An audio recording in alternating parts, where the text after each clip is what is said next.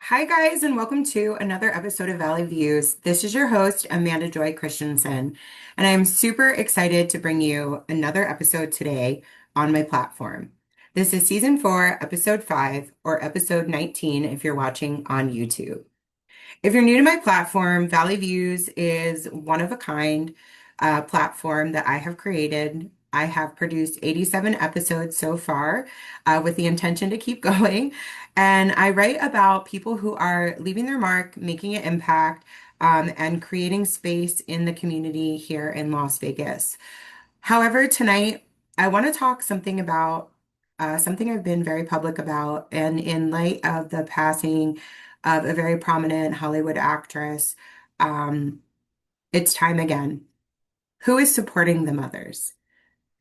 Hayden Panettiere, her struggle with motherhood, mental health, and having to give up her child seem to be all over the headlines today. But really, to me, this is a topic and a conversation that I've been speaking really openly about since March of this year on my platform. I'm Amanda Joy Christensen, and today I'm here to have a conversation with all of you that I believe is bigger than politics, bigger than Hollywood, bigger than corporate America, and bigger than one woman's tragic story. We're talking about the idea of mothers. We're talking about postpartum depression. We're talking about the struggle of addiction, recovery, grief, and loss. We're talking about a topic on single mothers trying to work, raise children, afford childcare, keep food on a table, and somehow find enough time to take care of themselves. And now we're talking about a woman at 36 years old whose life ended because no one brought these issues to the table and took her painful cries for help seriously enough. So that is why I'm bringing this to my platform to have a national conversation. Hayden Panettiere died on August 16th, 2026, at 36 years old. She was found unresponsive in South Carolina, and emergency responders were unable to revive her. Her official cause of death has not yet been determined. Today is August 17th, 8 p.m., so about 48 hours, because now it's the 18th on the East Coast. Her official cause of death has not been determined, and authorities have not indicated that foul play was involved. So before we begin speculating on anything about her through social media, let's look at the facts and let's remember something. Hayden was a human behind her headlines. She was a mom. She was a woman. She was a daughter. She was a sister. She was an actress. She was a woman who spent years publicly talking about some of the hardest battles a woman has to face in her life. And for as much as this show is dedicated to other people, tonight is my platform to dedicate this to Hayden. And as a mother who at 36 went through her own trials and tribulations with postpartum depression, and then at 37 went through another round of it, then was isolated, ostracized, blackmailed, and put to shame for actually admitting to people I was struggling with postpartum depression and domestic violence and complex post-traumatic stress disorder after being a victim of assault. Um, Literally everyone just ran away from me or paid me to go away or said my problems weren't real or I was too white. So, that must not be right. So I ask myself, why am I making this episode right now? Because Hayden, you were literally famous and people ignored your cries. You literally had a platform of millions and you stood alone in your battle. And as a mother, I have 3 angel babies and 2 earth babies.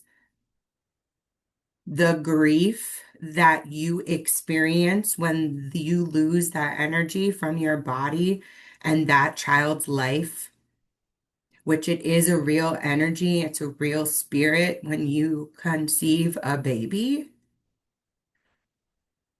It's a real struggle of pain and grief. It's a real depletion and change in chemicals in women's bodies. Women's bodies become chemically altered during pregnancy. And then when they lose a baby or they miscarry a baby, or in my case, have a unexpected pregnancy while on birth control and ended up in an ER almost dying. And then everyone around me was like, just pretend like it didn't happen. And then the grief and the chemical imbalances caught up with me, just like Hayden's story. No one knows what to do with that. So it's easier to just say, she's a problem, or you have issues, go away, or we're just going to pay you to go away, or why are you fat and ugly? Well, women are fat and ugly after they have chemical imbalances because the cortisol spikes in their body and their body goes into fight and flight while it's trying to recover from losing a baby. And then it's also not only losing a baby, but then it's resetting, the incisions, the 9 layers of incisions that a woman experiences every time they cut her open to birth a baby into the world. And then they literally, after that fucking surgery, stand up and walk. Don't look at me ever and think that I will not stand up for another woman going through that season. Because the humiliation that I experienced, the isolation, the abuse, the amount of people that I was trusting with these dark secrets, it all backfired and people just made fun of me. And that's why I'm also still talking about these topics, because here's Hayden. Many of us knew her as a fearless cheerleader, Claire Bennett from the infamous show Heroes, or as Juliet Barnes from the infamous show Nashville. Behind her character was a woman who experienced a traumatic childbirth, postpartum depression, addiction, recovery, and profound, profound grief, which, by the way, grief comes in stages and they don't always come at once. And once you've experienced the loss of life inside your body without losing your own life, it's a level of mental grief a woman has to carry that men know nothing about. After giving birth to her daughter, Kaya, in 2014, Hayden spoke publicly about experiencing real postpartum depression. I remember telling someone, a woman who was former WIC associate, that the anxiety and panic attack I was having was because of my postpartum depression. And she just told me I needed to figure it out. But I'm thinking, like, how can women confide in you if you just minimize what's really happening to them in one of the most traumatizing seasons of their lives? What's tragic about Hayden, just like me, she friggin' asked for help. She entered treatment. She tried to recover. She talked to people around her about what was going on, saying, hey guys, this is real. What I'm experiencing is real. And even though there's this really big stigma about it, and I'm like famous, I'm having these problems. Does anyone hear me? She described her depression and anxiety and her alcohol addiction, that it all became intertwined. She explained that she struggled to understand where the depression started then and her alcoholism began. Then came the next devastating chapter of her life in 2018 when Hayden was struggling with addiction and working towards recovery. Her daughter Kaya went to permanently live with her father. She discovered that this feeling of losing that day-to-day relationship with her daughter, and I know because I'm co-parenting, not by choice, despite the rumors about me. Hayden later described that losing her day-to-day contact was one of the most heartbreaking experiences. She spoke about this pain of motherhood from a distance and how she tried to maintain a relationship with her daughter through FaceTime. And this is where I think we all, as humans, need to slow down a minute.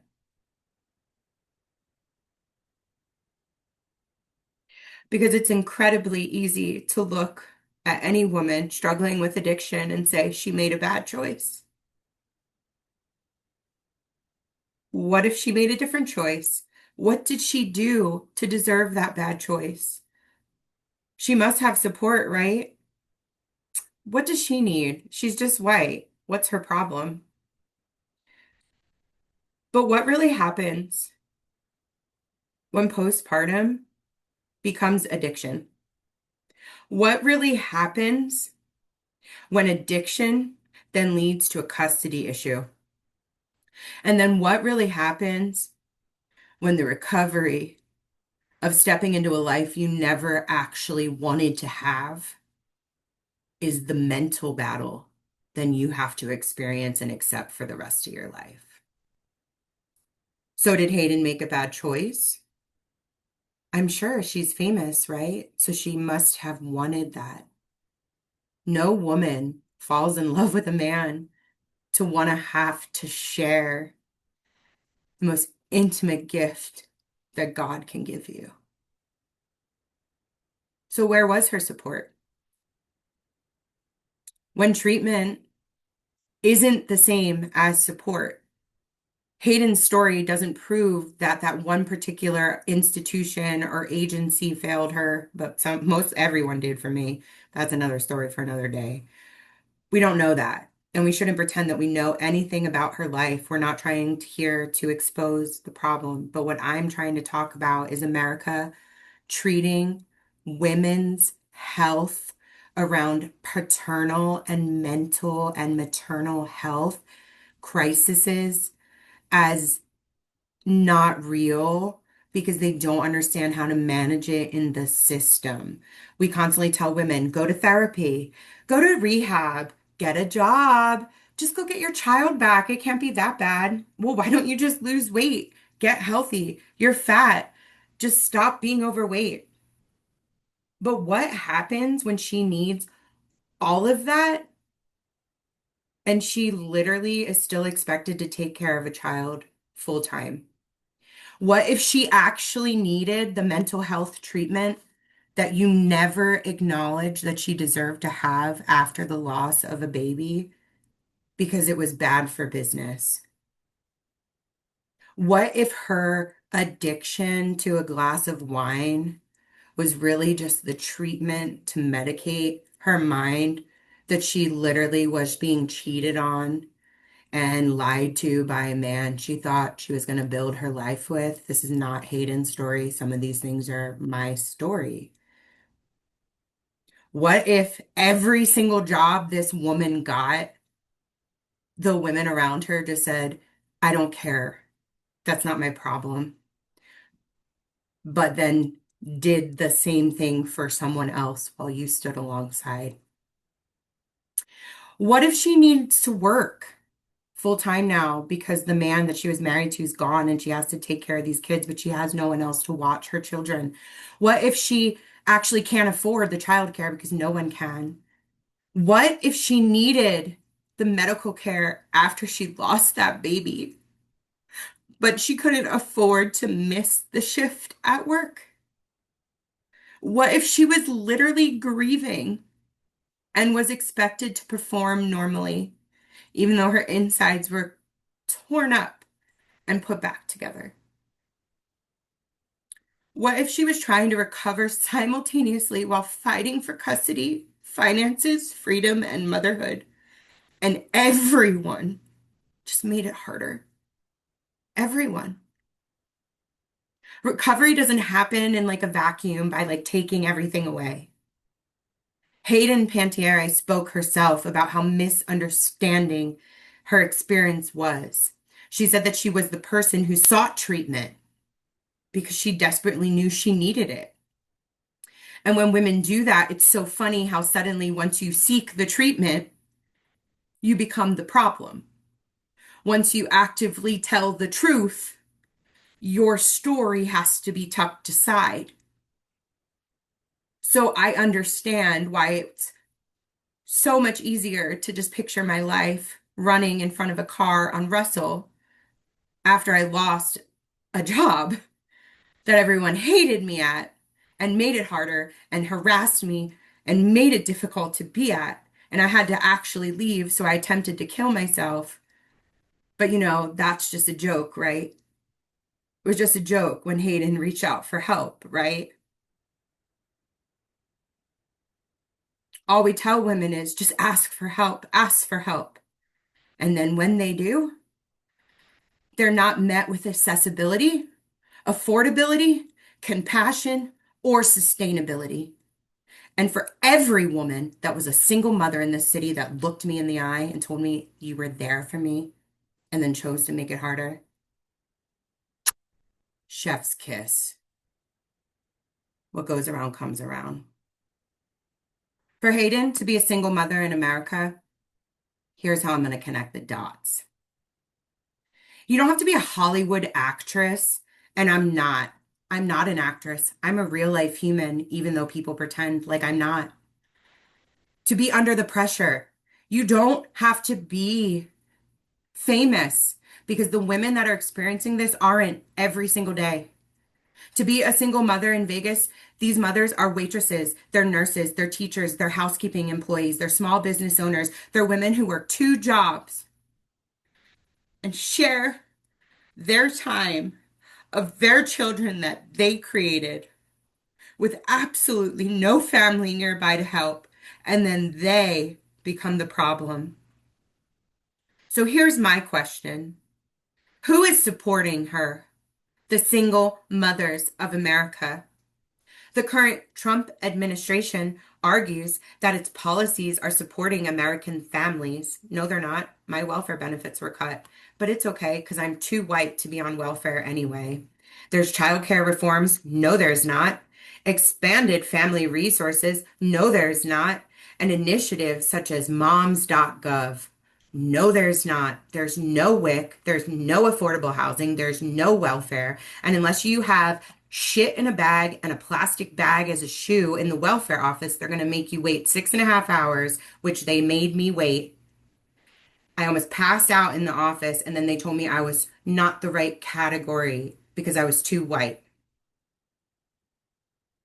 Number one, childcare. You should never and you cannot tell a mother to work more hours without asking her whether she should be able to afford to tell someone if they can pay for her child while she's at work. Childcare isn't simply a financial issue. It's an availability issue. It's a transportation issue. It's an hours issue. It's a entire discommunication and inconvenience to be a mother and a working employee in Las Vegas.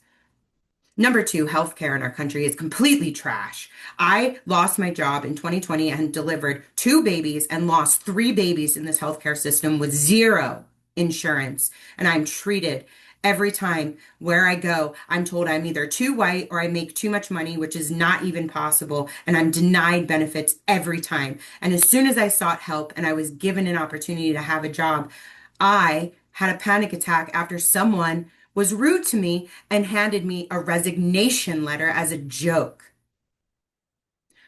The 2025 federal law created new Medicare community engagement requirements now, which require adults who are looking for 40-hour work jobs to qualify in an 80-hour per month work search that you don't get paid for.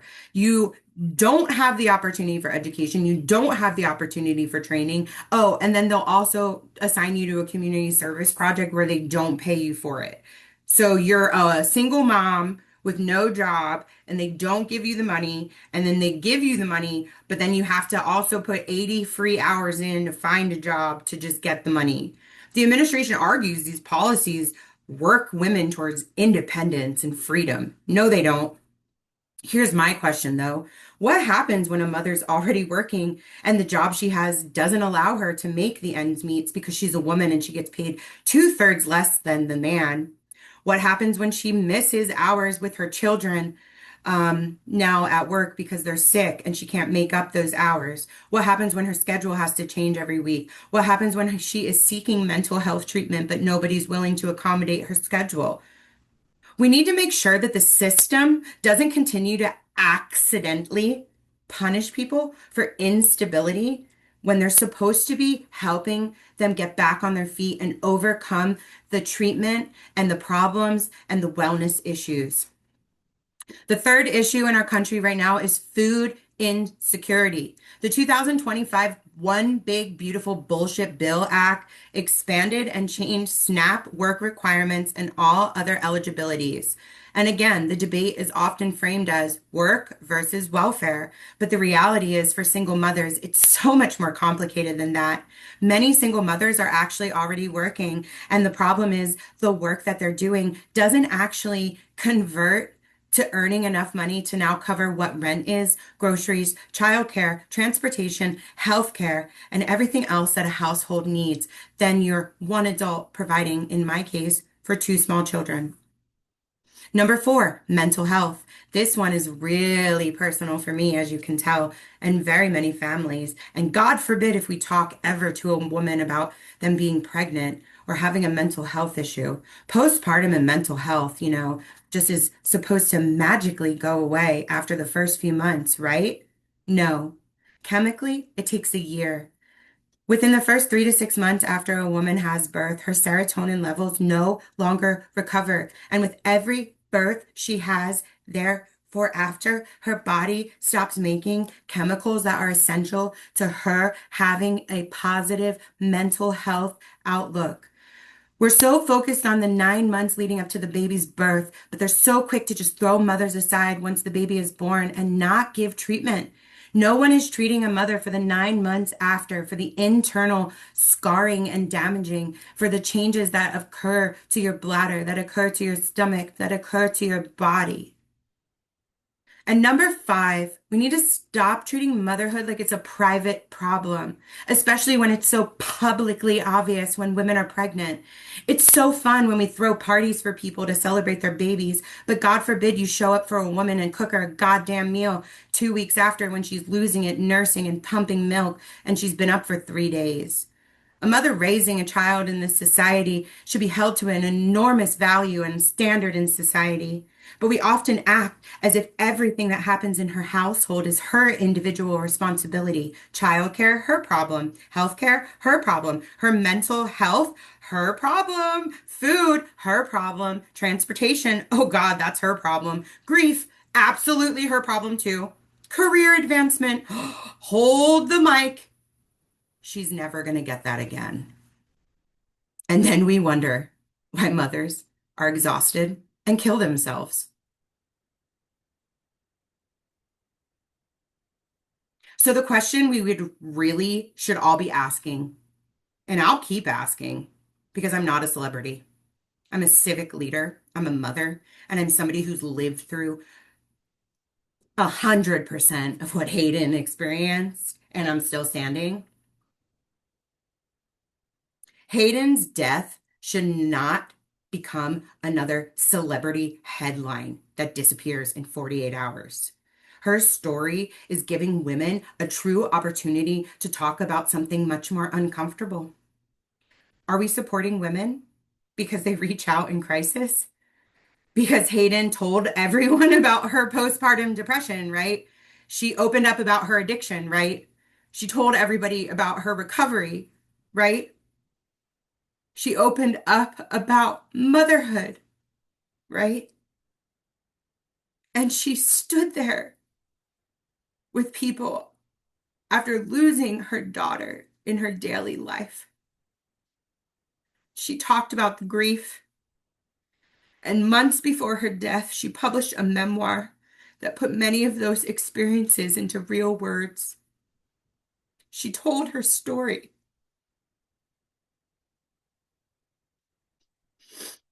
So maybe it's our time now to listen, not to judge a mom, not to diagnose her, not to speculate about how this poor woman died, but to ask what she was trying to teach us all while she was alive.